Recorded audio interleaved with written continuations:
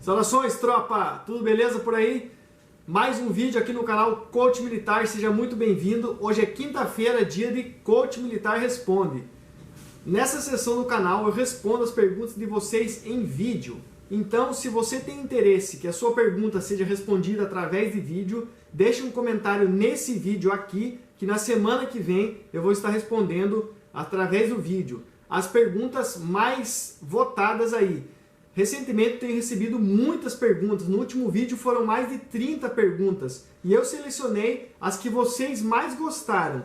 Então, se você dá uma lida nos comentários, se uma pergunta que foi feita por outro inscrito também é do seu interesse, dá uma curtida que esse comentário vai ficar mais relevante e a pergunta vai ser escolhida. Então eu escolhi em torno de 10 perguntas que foram as mais votadas aqui da semana passada, beleza? As outras eu respondi por texto lá no próprio vídeo Coach Militar Responde da semana passada. Então vamos lá.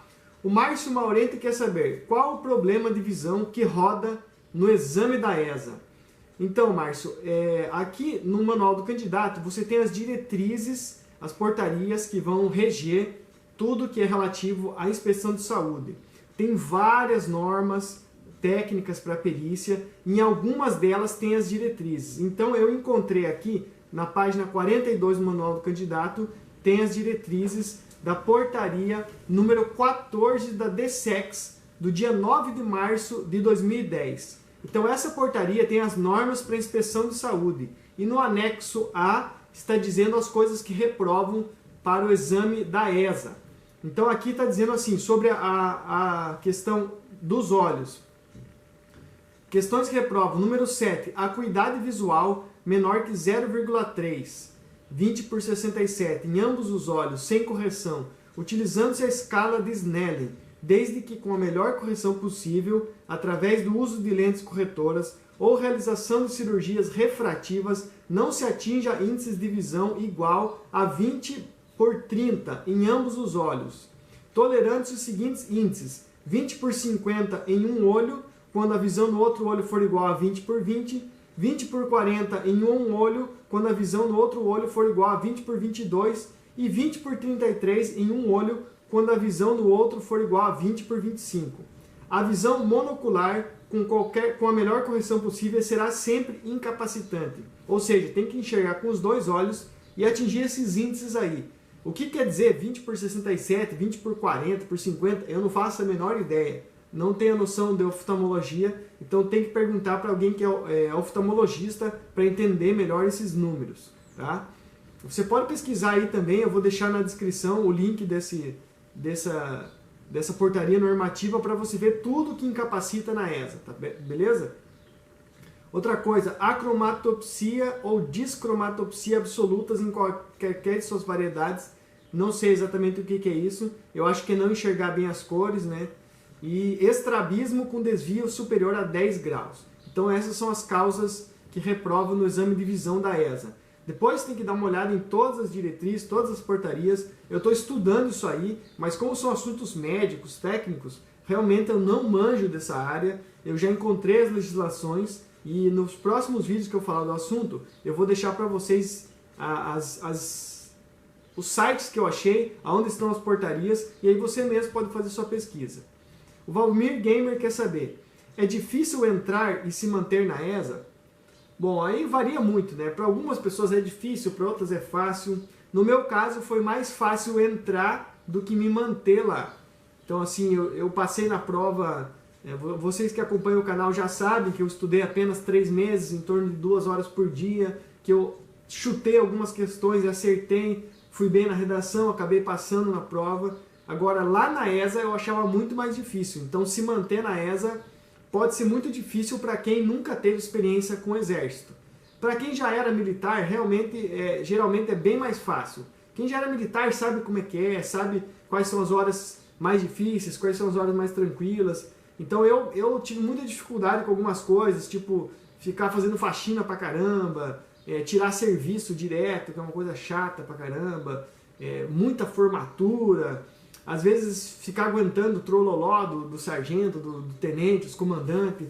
Às vezes os caras ficavam mantendo a gente acordado só para sugar mesmo. daí tinha que ficar fazendo redação de madrugada e tal. E para mim a coisa mais difícil foi a saudade da família, da minha namorada na época. Então assim, para mim foi mais difícil me manter do que entrar na ESA. Mas eu vi muita gente tirar de letra, na minha época era só 10 meses, era bem mais tranquilo que hoje em dia.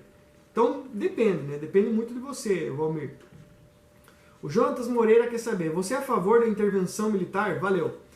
Então, Jonatas, como eu te respondi aí, eu vou dar uma resposta genérica nesse vídeo, mas vou dar uma resposta mais aprofundada em outro vídeo futuro que eu pretendo fazer. De uma forma geral, eu não sou a favor da intervenção militar, por uma série de fatores. A primeira delas é que eu prezo muito pela liberdade. E hoje em dia eu sou um civil, e eu gosto da vida de civil, e eu não gostaria de ter a minha vida com regras militares novamente, impostas para toda a sociedade. Porque não é todo mundo que quer viver um sistema militar. Não são todas as pessoas. Eu concordo que um governo militar seria uma ótima opção em termos de ajustar o país, porque a gente está vivendo num momento que a política está totalmente corrompida e a corrupção no exército é ínfima. Praticamente não existe corrupção dentro do exército. Se ela existe, é uma mini parcela dos militares. E a grande maioria dos militares são homens de honra, homens que buscam o bem maior da sociedade. Então, assim, eu acredito que o exército tem potencial. A questão é que onde está o preparo da tropa para lidar com pessoas civis? Então, de uma forma geral, a tropa é treinada, o militar é treinado para combater um inimigo, para lidar com inimigos, com ameaças e não com a população. Então, eu acredito que não tem um adestramento suficiente para haver uma intervenção militar adequada. Caso seja necessária uma intervenção militar, eu acredito que o exército deveria começar um treinamento que durasse pelo menos 2 ou 3 anos, para que todos os seus soldados, cabos, sargentos, oficiais soubessem como lidar numa questão de intervenção. Existe instrução de garantia da lei da ordem, de intervenção, por exemplo, em favela, essas coisas, mas são instruções muito pontuais, muito pequenas, feitas em pequeno escalão, com poucos batalhões, e se fosse uma intervenção militar, todos os militares teriam poder, todos os militares queriam ir para a rua, entraria no estado em que a população civil teria vários direitos cortados, e na minha opinião isso não é o cenário ideal.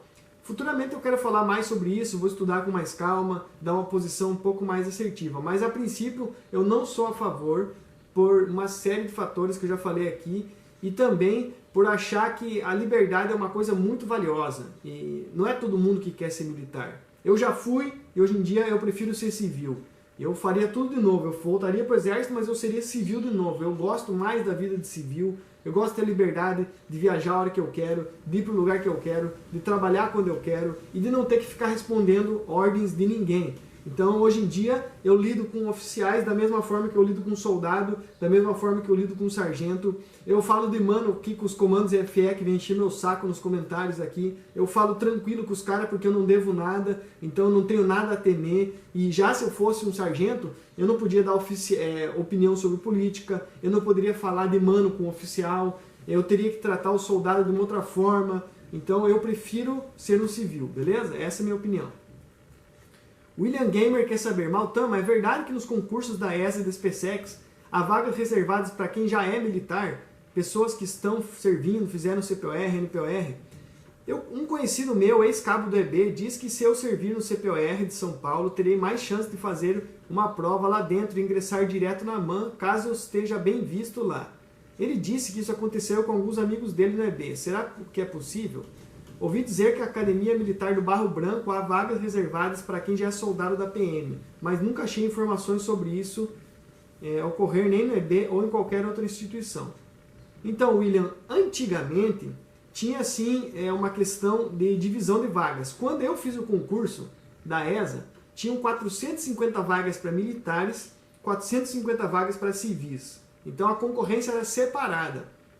Militares concorriam com militares, civis concorriam com civis. Então tinha uma vantagem que eram menos militares que faziam o concurso, então de uma forma geral a concorrência era menor, era só entre militares. E eram metade e metade.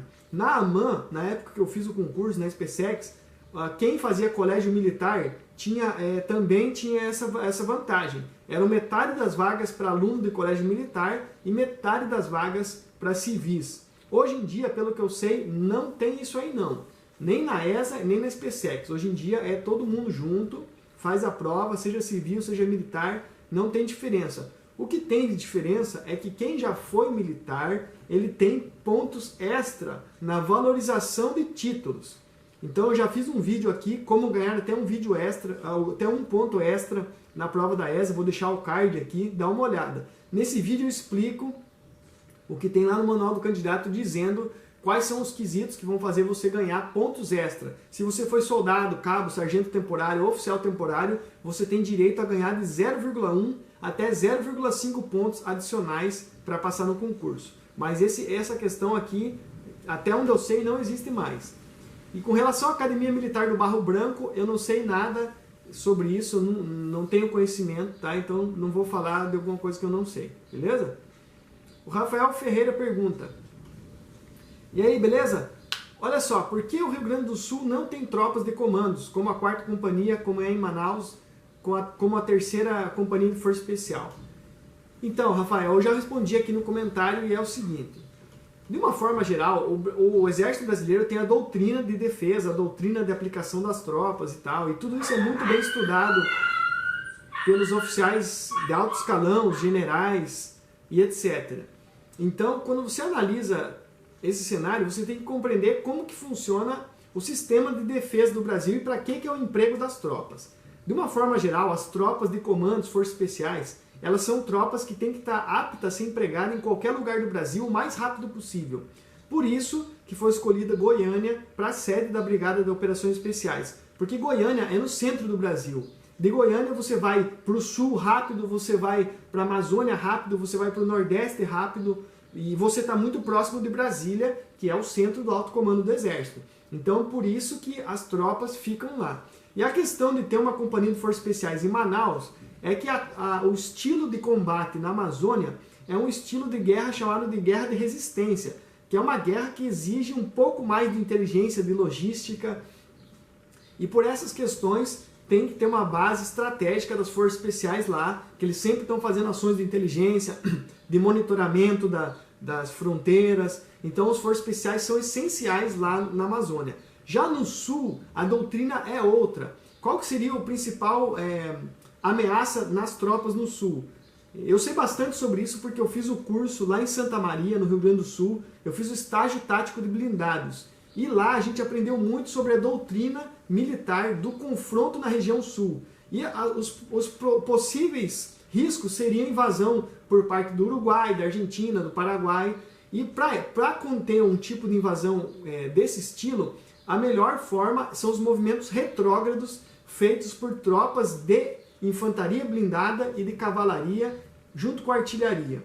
Então lá no sul você vai encontrar o maior poder de fogo do exército. Você vai ter as brigadas que têm o maior poder de fogo, você tem o maior número de quartéis de artilharia, você tem o maior número de regimentos de cavalaria. Então lá no sul está tudo acumulado. Se você for lá em Santa Maria, por exemplo, só em Santa Maria, se eu não me engano, são 14 unidades do exército. E a grande maioria é de infantaria blindada, de cavalaria e de artilharia.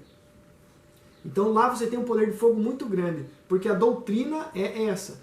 O Rio Grande do Sul é campo aberto, e em campo aberto não tem muito sentido utilizar comandos, forças especiais. Tem sentido utilizar tropa blindada, tem sentido utilizar cavalaria, artilharia. Então é por isso que lá no Rio Grande do Sul tem mais tropas desse tipo de força, beleza? Então o grande poder de fogo do Brasil está concentrado na região sul, do Paraná para baixo. Aí as tropas leves estão concentradas em São Paulo. Ali você tem o 4º BIO, o 5º BIO, os batalhões de Caçapava, de Lorena, de Osasco. São batalhões de infantaria leve, que também tem alta mobilidade. Aí já no Rio de Janeiro você tem tropas paraquedistas, que são tropas de alta mobilidade também. Para o Nordeste você tem tropas de engenharia, tropas de artilharia antiaérea, que ficam nas baterias que ficam no litoral. Enfim, o Brasil está todo desenhado de uma forma estratégica, as tropas estão divididas de acordo com a região, beleza? O Gus quer saber, Maltama, como é a rotina de um militar comando de forças especiais? Qual a diferença do trabalho lá dentro entre oficiais e sargentos, já que você disse que ser sargento de forças especiais é pior? Um abraço cristalino. Beleza, Gus, um abraço para você. É o seguinte, basicamente a rotina de quem já é comandos forças especiais é adestramento, principalmente quem é comandos. Os camaradas vão ficar treinando vários tipos de adestramento. Então vai fazer adestramento para defesa interna, para adestramento para situações de risco, para resgate de refém, patrulha, enfim, garantia da lei e da ordem, tudo que são missões de comando, os caras ficam treinando, então é pau, é treinamento direto. Os forças especiais, como são menos, geralmente eles estão, se não estão adestrando, estão fazendo missões reais direto. Tem muita missão, é adestramento, missão. A grande vantagem é que esses camaradas não ficam tirando serviço, não ficam fazendo um monte de burocracia, essas coisas chatas da tropa comum. E aqui ele está perguntando a diferença entre oficiais e sargentos. Basicamente, enquanto estão operando, enquanto estão, digamos, na ativa com relação às forças, comandos e forças especiais, as funções são muito parecidas. Eles vão fazer a mesma coisa. A questão que é diferente é que os sargentos, eles ficam muito mais tempo operando do que os oficiais. Por exemplo, um sargento que entrou terceiro sargento, virou forças especiais, ele vai continuar fazendo operações de forças especiais até ele ser subtenente. Então o cara vai passar 20 anos da vida dele fazendo operações de forças especiais. Já um oficial, por exemplo, que ele entrou como tenente ou capitão, quando ele chegar no posto de major, ele geralmente vai ser designado para comandar alguma unidade, se ele fizer a escola de comando de Estado-Maior. Então ele vai virar comandante de batalhão, subcomandante. Então ele vai sair da Brigada de Operações Especiais, geralmente, e vai para uma unidade normal. Então é super comum você encontrar um comandante que é comando de forças especiais em unidades normais. Por exemplo, quando eu fiz o curso lá em Santa Maria, o comandante do estágio de blindados, do Centro de Instrução de Blindados, era um comando de forças especiais. Então o coronel lá era comandante de forças especiais. E o cara já estava lá no comando dessa unidade lá no Rio Grande do Sul, faziam vários anos. Então eu conheci diversos oficiais, tive comandos de forças especiais em vários lugares, conheci esses oficiais e eles já tinham deixado, fazia tempo, a operacionalidade. Então a grande diferença é a duração da carreira. Então o oficial ele fica menos tempo operando como comando de forças especiais e o sargento fica muito mais tempo. É claro que se o oficial quiser, ele pode ser instrutor, né, ser major, ser instrutor do corpo de alunos, ser comandante de companhia no BFE, comandante de batalhão, subcomandante, ele pode continuar, mas a função vai mudar, ele não vai estar na operação direto como sargento, que vai ficar ralando a vida toda. Então essa é a grande diferença. O Wagner Trajano quer saber: o que você acha desses concursos de quadros de cabo, sargento, oficial temporário? Você acha que é bizu ou não? Você acha que tem alguma diferença entre os militares de carreira e os temporários? Então é o seguinte, Wagner, eu acho que para quem já passou da idade e tem o sonho de ser militar e gostaria muito, eu acho muito maneiro. Principalmente porque você vai continuar se aperfeiçoando na área de estudos que você tem. Então digamos que o camarada é sargento... Aliás, o camarada é técnico em contabilidade e ele quer continuar desenvolvendo a sua área de contabilidade para o futuro. Então ele vira um sargento nessa área, continua se aperfeiçoando, continua praticando dentro de uma instituição que tem muito valor. Isso vai ter muito reconhecimento para a sua profissão, vai agregar no seu currículo. Então eu acho super válido. Eu acho uma grande experiência. Eu tenho vários amigos que retornaram como cabo, sargento temporário. Tenho até um grande amigo aqui que se tornou sargento agora. Ele entrou como cabo especialista e agora virou sargento. Até agora eu não entendi como aconteceu isso, mas foi possível. Enfim, eu acho bizu. E se tem alguma diferença entre militares de carreira e temporário? Tem algumas. Principalmente que a questão que os militares de carreira, eles podem ser transferidos de um quartel para outro, eles podem fazer cursos operacionais. E já os militares temporários não necessariamente. Então, a princípio, os militares temporários não podem fazer a maioria dos cursos, eles não podem ser transferidos. Então tem algumas diferenças. E no dia a dia tem pouca. Alguns quartéis têm mais, outros têm menos. De uma forma geral, no nível de sargentos, a coisa é muito equilibrada. Os sargentos de carreira respeitam muito os sargentos temporários. Às vezes, talvez o soldado tenha uma preferência em respeitar os militares de carreira do que os temporários. Mas depende muito da arma, do quadro do serviço, tá? Isso varia muito. No nível de oficiais já há uma diferença um pouquinho maior. Se os oficiais temporários, às vezes, dependendo do quartel, tem uma rixa um pouquinho maior. Mas onde eu servi nunca teve muito problema não. O Pedro quer saber: gostaria de saber se tem como fazer faculdade no Exército, caso entrando pela ESA. Poderia me explicar melhor? E o Matheus também faz a mesma pergunta: se é possível se formar em alguma faculdade sem se afastar do EB. Sim, é possível. Eu já falei sobre isso em 2 vídeos, eu vou deixar indicado aqui para vocês que é possível fazer a faculdade quando você está na ESA. O período noturno geralmente, aliás, quando você está na tropa, se você é um sargento da ESA, quando você cumpre seu expediente, no fim do expediente você termina, faz a faculdade no período noturno. Eu tenho um monte de amigos que se formou em faculdade, vários passaram em concurso depois, tudo tranquilo, dá para fazer tranquilamente. A questão é que alguns dias você vai precisar faltar e etc. Nesse vídeo que eu falei, eu explico melhor sobre isso. O Douglas Bueno: comandante, se eu escolher a arma de engenharia para seguir carreira, poderei fazer o curso de paraquedista? Sim, só escolher lá o batalhão de engenharia paraquedista, você vai poder fazer o curso PQD. O Felipe quer saber: queria saber se eu tiver carteira de motorista ou de moto, eu ganho alguma coisa durante a formação na ESA. Não, não tem diferença nenhuma. O Douglas quer saber, a última pergunta de hoje: as missões da embaixada duram quanto tempo? E se eu posso trocar de arma depois escolher a minha arma caso eu me arrependa? Geralmente as missões da embaixada duram 2 anos. Essa é a média geral. Então se você for escolhido como auxiliar de adido, caso seja sargento ou adido militar, geralmente dura 2 anos a missão.